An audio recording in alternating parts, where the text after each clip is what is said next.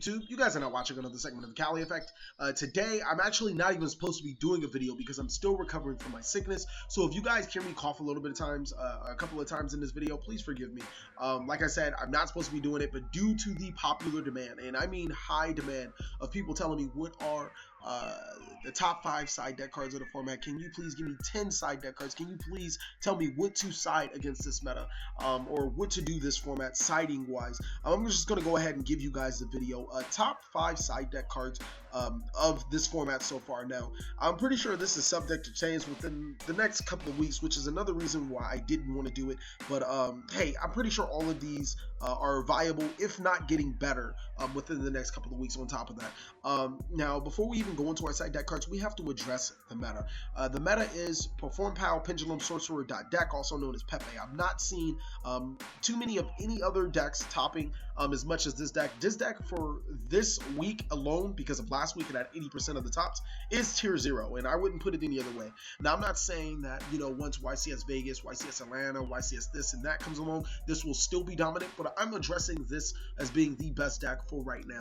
Now, Pepe is a very interesting concept. They special summon a lot, they use a lot of monster effects, so we're basically going to be using cards to counteract the strategy. So let's start off with number 5 on this list, which will be Mistaken Arrest. I feel that Mistaken Arrest is a very forgotten card this format, mainly because it's way better than Mistake right now, and its effect is really good. I guess a really good reason why people decide not to use it is because the deck that they're probably playing searches within itself. So Mistaken Arrest could possibly put you in a position where you can't make any type of searches that you might need to win the game. But let's get on to Mistaken Arrest's effect. It is a spell card that debuted in core. Its effect reads until your next turn after this card resolves, neither player can add cards from their deck to their hand except by drawing them.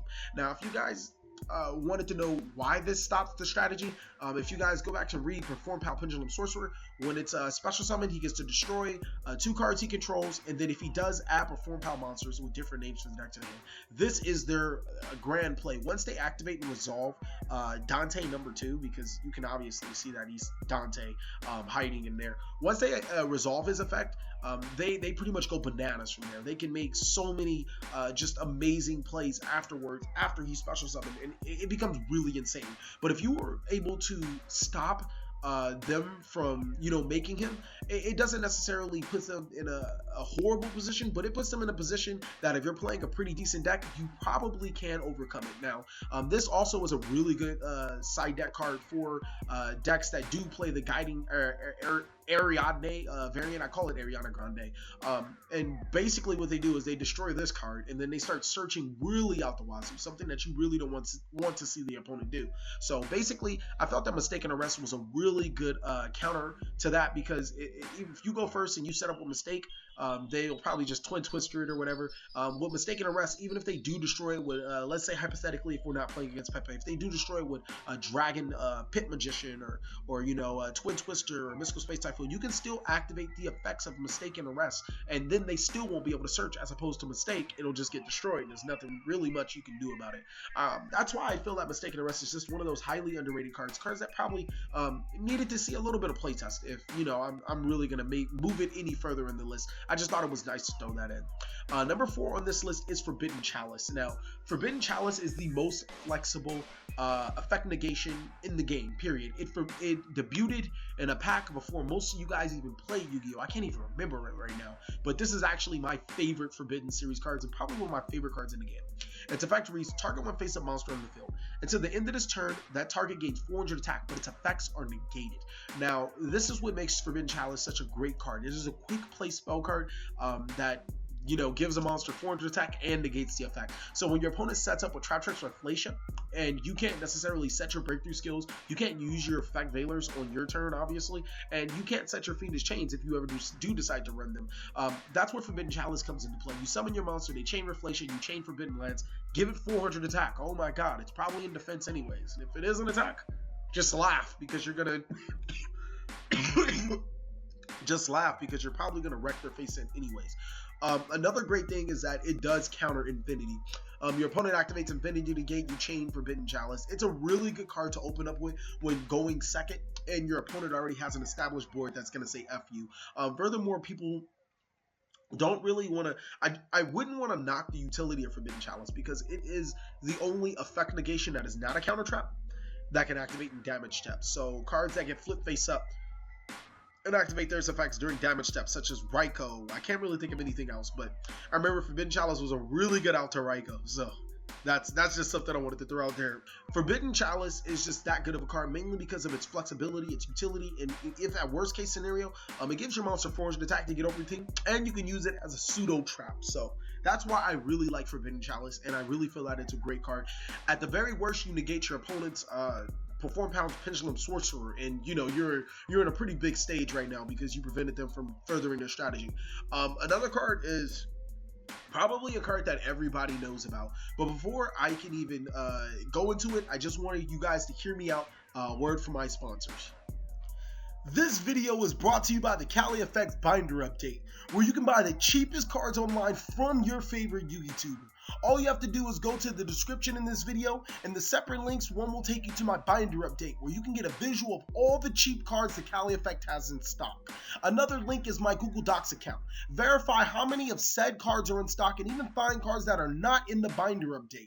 If you guys have any questions, suggestions, or concerns, you can always message me on Facebook through the third link. Purchase your cheapest cards online today. Alright guys, after you heard the word from our sponsors, we're going to be going to AntiSpell Fragrance. Now what AntiSpell Fragrance reads is both players must set spell cards before activating them and cannot activate them until their next turn. No, we're not trying to stop instant fusions and stuff. The big thing is that when we activate AntiSpell Fragrance, we prevent our opponent from placing pendulum cards into the pendulum zone, since pendulum cards cannot be set face down.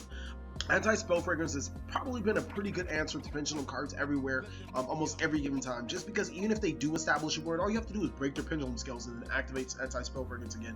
If you do not pay pendulum cards, AntiSpell Fragrance is probably the card that you should be citing in some capacity, unless you run a whole bunch of spell cards. I really don't know what else to tell you. It's a really good card for stopping cards, especially if you go first. Now, the drawbacks are obviously if your opponent has an established board, and then cards like Twin Twister, but the pluses of running AntiSpell Fragrance are definitely great.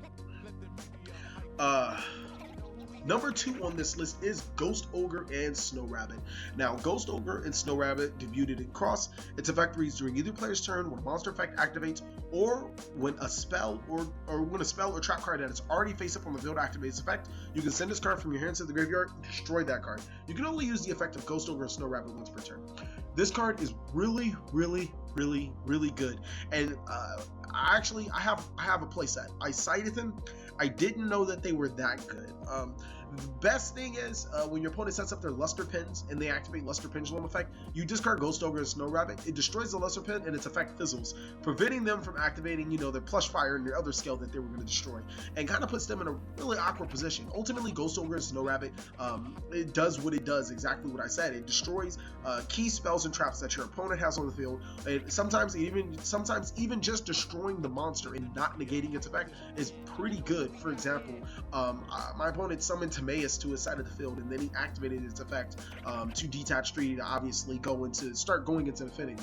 Ghost Ogre negated and destroyed the Timaeus. Now, he could not really resolve the monster's effect. So, like I said, sometimes destroying the monster is just as good as negating the effect. Sometimes. Ghost Ogre and Snow Rabbit is a really good card, not only because of that, but because of its stats. It is a psychic tuner monster, so it can't be special summoned via emergency teleport, and it's a level 3, so it allows you for some interesting interactions for your synchro cards. Now, the last card, I feel that if you're not main decking, I don't understand why you're side decking it. If you're not main decking it, the only reason why is that you probably don't want to draw cards. Now, with Maxie has a very simple effect during either player's turn. You can send it from your hands to the graveyard. You draw cards every time your opponent special summons. You can only use 1 Maxie per turn. An amazing card, mainly because in this format, people love to special summon. They love to set up boards, especially Pepe. It loves to do that. But you have to keep in mind, unless you're playing a really good deck, I'm just going to throw a couple of decks out there, Cosmo, Mermel, that can actually, or Pepe itself, that can actually counter the Pepe strategy. Pepe's not going to care if you Maxie them. If you're playing some scrub tier, really bad deck and you Maxie them, they're probably just going to go off, make their Infinity, make their Reflation, and say, you can't get over this anyway, so go ahead and draw your cards. So you really have to be mindful of what you're playing Maxie in, because normally when you Maxie, when you're bad deck, it doesn't really matter to them. But best case scenario, you Maxie and they know you're, or they don't know you're playing a really good deck, and then now you get to counteract and even draw your outs to whatever they're playing. Maxie is just a really, really good card, and I feel that it's something that everybody should have a play set of at any given time, especially in this format with lots of special summons. It's a great card. It's a card that probably is relevant against every deck of the format, and any good deck of the format. If you guys would like to see more of these videos, just give me like 200 likes down in the description and tell me what you guys think about the top 5s and should they come back. Thank you guys so much, and I'll see you next time.